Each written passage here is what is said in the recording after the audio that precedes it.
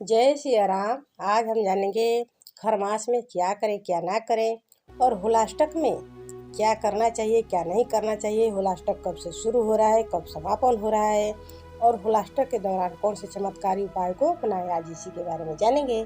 तो वीडियो के अंत तक बने रहें। चलिए वीडियो को शुरू करते हैं। खरमास के महीने में कोई भी बड़ी डील या कोई नया बिजनेस शुरू ना करें, क्योंकि इस दौरान करने से फायदे की जगह नुकसान ही होगा। कोई बड़ा निवेश भी नहीं करना चाहिए और नई जमीन, घर, वाहन, सोने, चांदी, रत्न, वस्त्र आदि कुछ भी खरीदने से बचना ही चाहिए। ज़्यादा कोई जरूरी हो, कोई चांस छूट रहा हो तो दूसरे के द्वारा ही इस कार्य को संपन्न करवाना चाहिए, अपने से नहीं करना चाहिए। वैसे तो नहीं ही करना चाहिए। सगाई, गृह प्रवेश, मुंडन, कुछ भी उपनयन संस्कार जो भी होता है, मांगलिक कार्य, वो सब इस समय नहीं करना चाहिए। शादी ब्याह तो बिल्कुल ही नहीं करना चाहिए, क्योंकि इस समय करने से शादीशुदा जिंदगी में परेशानी शुरू हो जाती है और दाम्पत्य जीवन पर नकारात्मक असर भी पड़ने लगता है। ऐसे में बेहतर है कि एक माह रुककर ही कोई मांगलिक कार्य किया जाए। खरमास के समय बेटी को भी विदाई नहीं करना चाहिए और कभी भी किसी देवता देवी का अपमान भी नहीं करना चाहिए। इससे और भी परेशानी बढ़ जाती है। किसी भी भिखारी को दरवाजे से डांट कर भी नहीं भगाना चाहिए। अपने सामर्थ्य के अनुसार ही दान दे, लेकिन देना चाहिए। पूरे खरमास में तामसिक चीज़ों का भी ग्रहण नहीं करना चाहिए और तामसिक चीज़ों से दूरी बनाए रखना चाहिए। जैसे में लहसुन, प्याज, शराब, मांस, मछली, कुछ भी इस समय नहीं सेवन करना चाहिए। न तामसिक लोगों के साथ रहना चाहिए, न किसी अश्लील हरकत को देखना चाहिए, न करना चाहिए। न नए वस्त्र धारण करना चाहिए, न खरीदना चाहिए। न सुहाग की सामग्री भी खरमास के दौरान खरीदना चाहिए, न प्रयोग करना चाहिए। खरमास से पहले ही सब कर लेना चाहिए। अब जान लेते हैं खरमास के दौरान क्या करना चाहिए। तो अक्षय पुण्य प्राप्त करने के लिए खरमास के दौरान में जितना से जितना हो सके मंत्रों का जप करना चाहिए, पूजा पाठ करना चाहिए, भागवत कथा सुननी चाहिए, करनी चाहिए और हर दिन सूर्य देवता की और विष्णु भगवान की विशेष रूप से पूजा करनी चाहिए, अर्घ्य देना चाहिए। सूर्य भगवान के मंत्रों का जप करना चाहिए और भगवान श्री कृष्ण जी की भी पूजा इस समय करना अति श्रेष्ठ होता है, क्योंकि इनके पूजा से सारे परेशानी, कष्ट, दुख दूर हो जाते हैं और मन की इच्छाएं भी पूरी होने लगती हैं। खरमास के दौरान बृहस्पति ग्रह को भी मजबूत करने के लिए बृहस्पति देव की पूजा करनी चाहिए, उनके मंत्रों का जप करना चाहिए और तुलसी जी की भी पूजा करनी चाहिए। हर दिन इनको जल चढ़ाएं और शाम में दीपक जलाएं, इससे घर में सुख शांति बनी रहती है। और तुलसी जी की पूजा से भी बृहस्पति ग्रह और सूर्य ग्रह दोनों प्रसन्न होते हैं। खरमास के दौरान सात्विक ही रहना चाहिए और बिस्तर पर सोने की बजाय फर्श पर ही हो सके तो बिस्तर लगाकर सोना चाहिए। और इस पूरे महीने में प्लेट की बजाय यानी थाली के बजाय पत्तल में ही हो सके तो भोजन करना चाहिए, भगवत भजन करना चाहिए। इससे अधिकाधिक लाभ मिलता है। अब जान लेते हैं होलाष्टक कब से लग रहा है। तो ज्योतिष शास्त्र के अनुसार होलाष्टक के दौरान 8 ग्रह उग्र व्यवस्था में रहते हैं। अष्टमी तिथि को चंद्रमा, नवमी को सूर्य, दशमी तिथि पर शनि एवं एकादशी पर शुक्र और द्वादशी पर गुरु, त्रयोदशी तिथि पर बुध, चतुर्दशी तिथि पर मंगल और पूर्णिमा तिथि के दिन राहु उग्र स्थिति में रहते हैं। इसीलिए ज्योतिष की विद्वानों की माने तो होलाष्टक के दौरान शुभ और मांगलिक कार्य नहीं किए जाते हैं।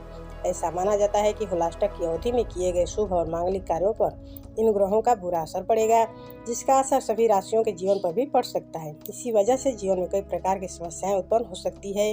यही कारण होता है कि इन 8 दिनों में मांगलिक कार्य करने से बचना चाहिए।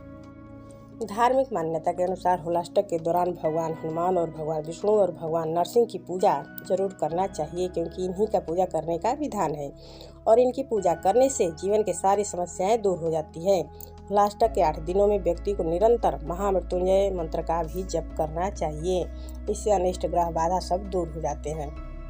पंचांग के अनुसार होलाष्टक यानी कि शुक्ल पक्ष की अष्टमी तिथि की शुरुआत 16 मार्च को रात 9:39 से शुरू हो रहा है और इसका समापन 17 मार्च को सुबह 9:53 पर होगा। सनातन धर्म में हर किसी का उदय तिथि के ही विशेष महत्व बताया गया है। ऐसे में होलाष्टक 17 मार्च से ही लगेगा और 24 मार्च को समाप्त होगा। इसके बाद 25 मार्च को और कहीं कहीं पे 26 मार्च को होली मनाई जाएगी। होलाष्टक के समय हो सके तो कोई भी शुभ कार्य ना ही करें। इन 8 दिनों में कोई भी नई वाहन या नई घर की खरीदारी, नए बिजनेस कोई भी शुरू नहीं किया जाता है। और विवाह, नामकरण, गृह प्रवेश, मुंडन कुछ भी नहीं किया जाता है। कोई भी बड़ा अनुष्ठान भी इस समय नहीं होता है। होलाष्टक का 8 दिन सिर्फ तपस्या के लिए होता है। इस समय सदाचार, संयम, ब्रह्मचर्य का पालन करें, मंत्र जप करें, होलाष्टक अनुष्ठान करें। होलिका दहन से कुछ दिन पूर्व ही छोटी छोटी लकड़ियों को एकत्रित करके रखनी चाहिए। इस दौरान अपनी क्षमता के अनुसार अन्न, वस्त्र, धन और अन्य वस्तुओं का दान भी करना चाहिए। और होलिका में भी हवन सामग्री शुद्ध रूप से ही डालनी चाहिए। कोई भी अशुद्धि सामग्री नहीं डालना चाहिए, इससे पॉल्यूशन भी होगा और लाभ भी नहीं होगा। इसीलिए होलाष्टक में शुद्ध रूप से हवन सामग्री डालनी चाहिए। होलाष्टक में तंत्र साधना के लिए उत्तम माना गया है। होलाष्टक के समय में नकारात्मक ऊर्जा का बहुत ही प्रवाह रहता है, इसलिए इस समय में बच के रहना चाहिए। इसीलिए बताया जाता है कि इस समय में जितना पूजा पाठ मंत्र जप करना चाहिए ताकि नकारात्मक ऊर्जा का प्रभाव ना पड़े। जिस तरह से खरमास में वर्जित कार्य नहीं किए जाते हैं, उसी तरह से होलाष्टक में भी नहीं करना चाहिए। केवल होलाष्टक में कृष्ण भगवान और शिव जी की, विष्णु भगवान की ही पूजा फलदायी मानी गई है। इसीलिए इस दौरान सिर्फ इन्हीं देवों का पूजन करें। यदि कोई होलाष्टक में मांगलिक कार्य करता है तो उन्हें इन बातों का खतरा रहता है कि उनके जीवन में कलह, बीमारी या काल मृत्यु का साया भी मंडराने लगता है।